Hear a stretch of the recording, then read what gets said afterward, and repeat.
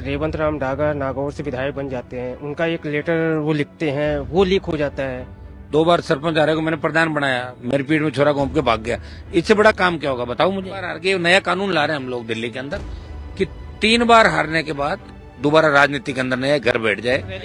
डरे हुए सचिन पायलट ने कल हमारा समर्थन किया, डर गए थे।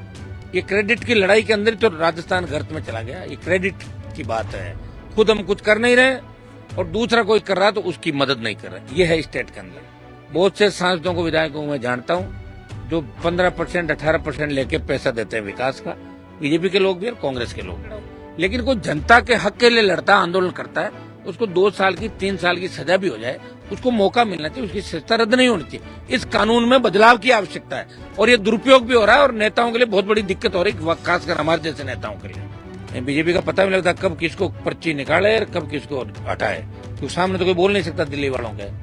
तो भजन लाल जी कहते आप गुजराती रह जाओ, सीएम कोई दूसरा जाके शपथ लेगा, आप यही काम करो, तो करवा दे। इनका कोई भरोसा नहीं है। अगर विधायक ने वास्तव में रिश्वत ली है तो कार्रवाई होनी चाहिए, पार्टी को निकालना चाहिए, और वास्तव में फंसाया तो फिर राजगोपाल रोज जैसा बताएंगे, हम बैठ के बात कर लेंगे। एसआई भर्ती को लेके आज 10 दिन से धरना शहीद स्मारक पर जारी है। यहीं पे देखा जाए कि सांसद हनुमान बेनीवाल जी हमारे साथ है। जिस तरह से धरने किए जा रहा है, 10 दिन हो गया है, आगे का क्या रुख रहेगा?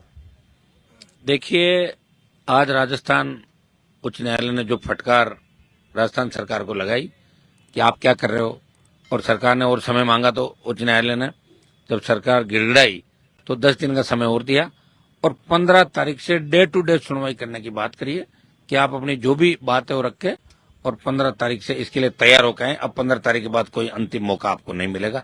मुझे लग रहा है सरकार बड़े दबाव के अंदर है, प्रेशर में। जिस तरह नौजवानों ने करवट ली राजस्थान के अंदर, देश के अंदर, जिस तरह नौजवान सड़कों पर निकला और निकलेगा आज के बाद, और आवश्यकता पड़ती है राजधानी के अंदर 1 लाख की संख्या में इकट्ठे होंगे, दिल्ली कूच भी करेंगे। प्रधानमंत्री और गृह मंत्री को आज हम लेटर लिख रहे हैं कि भाई आप इसके अंदर संज्ञान लें। राजस्थान का जवान बहुत अपने आप को असहाय महसूस कर रहा है। वो जिस तरह भाजपा को वोट दिया उन्होंने, जिन मुद्दों पर बीजेपी सत्ता के अंदर आई, उन सबको भूल गई। राठौड़ साहब कल मुझे सलाह दे रहे थे, मैं उनको भी सलाह दे रहा हूं कि विधानसभा के अंदर किस तरह आप गला फाड़ फाड़ के बोल रहे थे कि भर्तियां रद्द करो, आरपीएससी को भंग करो, एसआई भर्ती को रद्द करो, रीट लेवल फर्स्ट रद्द करो। तो राठौड़ साहब मेरी भी सलाह है, वो आपका ही बयान था या किसी डम्मी को वहां खड़ा किया था? आप थे तो करो आप अपनी बात, वचन निभाओ। आप लोग मुझे सलाह दे रहे हो तो मेरी आपको सलाह है कि बीजेपी के लोग जो प्रदर्शन कर रहे थे यहाँ पे बार बार कांग्रेस की सरकार के खिलाफ, भर्तियां पेपर लीक की घटनाओं के खिलाफ, तो बीजेपी भूल क्यों गई? आखिर ऐसी क्या वजह है जिसे भारतीय जनता पार्टी भर्ती रद्द करने को लेकर अपने आप को असहाय महसूस करे? हम उस कारण के अंदर जाना चाहते हैं। अगर देखा जाए तो बीजेपी की तरफ में रेवंत राम डागा नागौर से विधायक बन जाते हैं, उनका एक लेटर वो लिखते हैं, वो लीक हो जाता है। तो उनका कहना है कि हनुमान बेनीवाल के तो काम हो जाते हैं, हम बीजेपी में रह के बीजेपी का काम नहीं हो रहा है। ये आप किस रूप में? उसका मुझे धोखा देके भागा एमएलए बन गया, इससे बड़ा क्या काम होगा? हो तो गया काम। 2 बार सरपंच आ रहे को मैंने प्रधान बनाया, मेरी पीठ में छोरा घूम के भाग गया। इससे बड़ा काम क्या होगा बताओ मुझे। अगर बीजेपी नहीं लेती तो 2000 वोट नहीं, उसके खुद के वोट थोड़ी है, तो उसका तो काम हो गया, पेंशन बन गई, टोल में चला जाएगा। और क्या ऐसा आदमी के लिए इससे जीवन में ज्यादा क्या काम होगा बताओ? कभी उसने जीवन में सोचा क्या एमएलए बनूंगा? वो तो मेरे यहाँ काम ही तो करता था। लड़ाइया भी इनके बीच में हो रहा है, ज्योति मिर्धा और रेवंत डागा को लेकर। जिस तरह भी खाली है भाई, मैंने बना दिया, उसके बाद 4 बार हार गए। नया कानून ला रहे हैं हम लोग दिल्ली के अंदर कि 3 बार हारने के बाद दोबारा राजनीति के अंदर नया घर बैठ जाए और घर पे अपना काम करे। रसोई के अंदर जो महिला का काम होता ना, तो घर का काम भी तो करना पड़ेगा, तो घूमने से काम थोड़ी चलेगा। रोटी कौन खिलाएगा उनको? हमारा सचिन पायलट भी पेपर लीक को लेके, आरपीएससी को लेके, अजमेर से लेकर जयपुर में रैली। डरे हुए सचिन पायलट ने कल हमारा समर्थन किया, डर गए थे। नौजवानों ने छाले दिखाए ना उनको और सोशल मीडिया पे, तो कहा कि भर्ती रद्द कर दो। धीरे से बोले हो। किरोड़लाल मीणा भी समर्थन कर रहे थे। क्रेडिट की क्रेडिट किसको मिले? बैठो आप, सड़क पे मिल जाएगा। आप इधर पायलट साहब टेंट लगा लो, इधर दूसरे आ जाओ, और आपको मैं उधर ले जाता हूँ, इधर चेंज कर आ जाओ, यहाँ बैठ जाओ, अपना आप क्रेडिट मिल जाएगा। अब तो अगर भर्ती रद्द भी होती है और नहीं भी होती है, नहीं होती है तो भी हम, होती है तो भी पूरा राजस्थान का जवान, और इसमें उन सब लोगों को क्रेडिट मिलेगा जिन्होंने प्रयास किया। ये क्रेडिट की लड़ाई के अंदर तो राजस्थान गर्त में चला गया। ये क्रेडिट की बात है, खुद हम कुछ कर नहीं रहे और दूसरा कोई कर रहा है तो उसकी मदद नहीं कर रहा है। ये है स्टेट के अंदर। इसलिए तो पॉलिटिकल पार्टी बनने में कितना समय लगा। डॉक्टर साहब ने पार्टी बनाने की बात कही, लेकिन बना कहाँ पाए थे। संगमा की पार्टी थी राजपा, पार्टी तो मैंने ही बनाई पहले 18 के अंदर।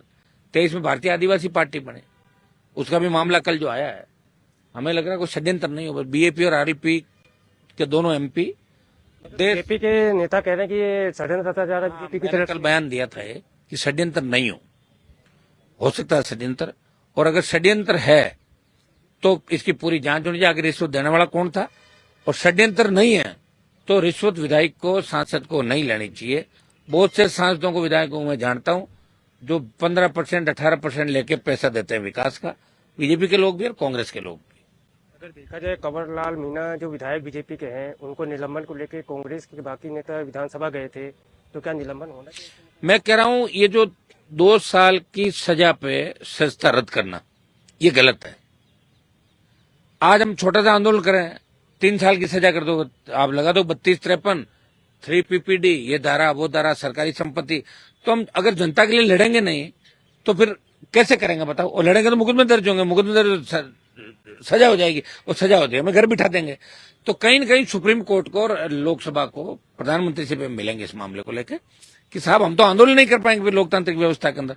सजा की नेचर क्या है? अगर कोई रेपिस्ट है और सजा होती है तो मत लड़ाओ उसको चुनाव। अगर वो भ्रष्टाचार में ट्रेप हुआ, पकड़ा गया, मत लड़ाओ उसको। किसी में संगीन अपराध है, कोई डाकू है, कोई चोरी करता है, एक ऐसे मामले हैं तो आप उनको मत लड़ाओ। लेकिन कोई जनता के हक के लिए लड़ता है, आंदोलन करता है, उसको 2 साल की 3 साल की सजा भी हो जाए, उसको मौका मिलना चाहिए, उसकी सजा रद्द नहीं होनी चाहिए। इस कानून में बदलाव की आवश्यकता है, और ये दुरुपयोग भी हो रहा है और नेताओं के लिए बहुत बड़ी दिक्कत हो रही है, खासकर हमारे जैसे नेताओं के लिए। देखा जाए एक तरफ बीजेपी के नेता इस समय गुजरात में प्रशिक्षण शिविर लेने के लिए गए हुए हैं, आप उसको किस रूप में देख रहे हैं?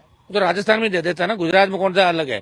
मुझे लग रहा है 1 to 1 पूछेंगे, भजनलाल जी का नंबर नहीं आ जाएगा हटने का, कोई पता नहीं लगता। बीजेपी का पता नहीं लगता कब किसको पर्ची निकाले और कब किसको हटाए, क्योंकि सामने तो कोई बोल नहीं सकता दिल्ली वालों के।